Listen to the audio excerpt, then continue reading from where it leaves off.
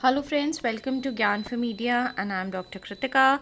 Well friends, as you can see on your screen there is a small update related to NTA, but this time it's for CUET, which is the All India Examination for Undergraduates.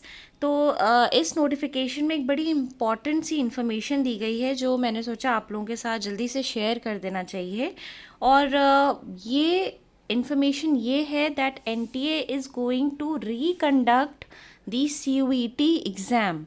तो जो exam 15, 16, 17, 18, 21st, 22nd, 24th and 29th of May को hybrid mode में NTA ने conduct कराया था 2024 में at the various centres in various cities in India and 26 cities outside India, जिसमें 13 lakh candidates बैठे थे। उस एग्ज़ाम को अब एनटीए जो है रिकंडक्ट कराने जा रहा है।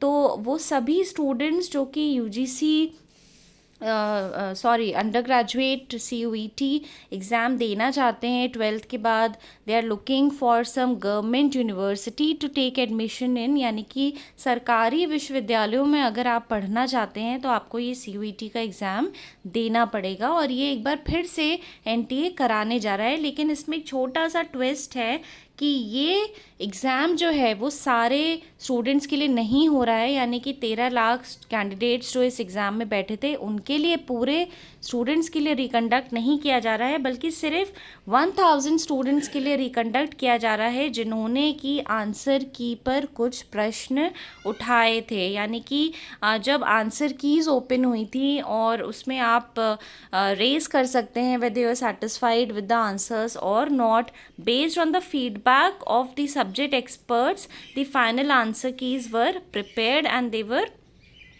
अपलोडेड। और कुछ बच्चों ने उसमें आपको मालूम है हर एग्ज़ाम के बाद एनटीए, जैसे यूजीसी नेट में भी होता है, एनटीए एक बारी आंसर कीज़ को ओपन करता है for the redressal of the grievances, अगर किसी को लगता है कि ये आंसर इसका सही नहीं है और ये ऑप्शन होना चाहिए या ये आंसर होना चाहिए।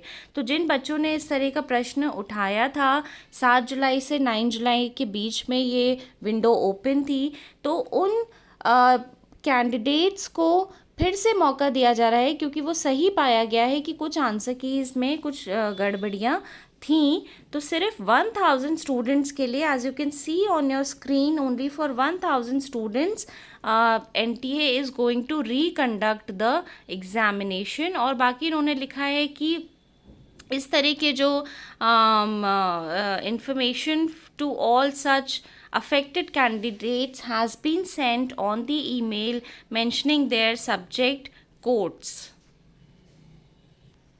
तो ये एग्ज़ाम कब होने वाला है? ये एग्ज़ाम होने वाला है 19 जुलाई को। बड़ी अच्छी बात है कि ब्रैकेट में उन्होंने हिंदी के महीने से भी डेट यहाँ पे दे रखी है, बट इंग्लिश कैलेंडर के अकॉर्डिंग 19 जुलाई 2024 को ये एग्ज़ाम दोबारा से रिकंडक्ट किया जा रहा है CBT मोड में।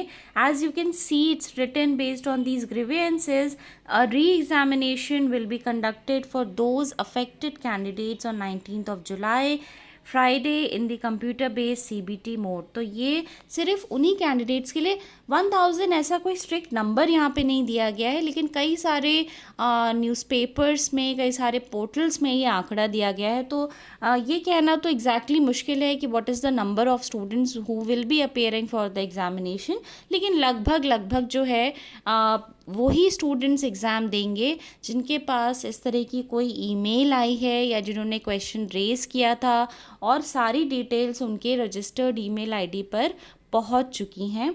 तो कोई पब्लिक लिस्ट यहाँ पे जारी नहीं की है एनटीए ने कि कौन कौन स्टूडेंट्स बैठेंगे, लेकिन जो बैठने वाले हैं उनके पास ये इन्फॉर्मेशन पहुँच चुकी है कि 19 जुलाई को ये दोबारा से एग्ज़ाम एनटीए कराने वाला है, विच इज़ गुड मूव।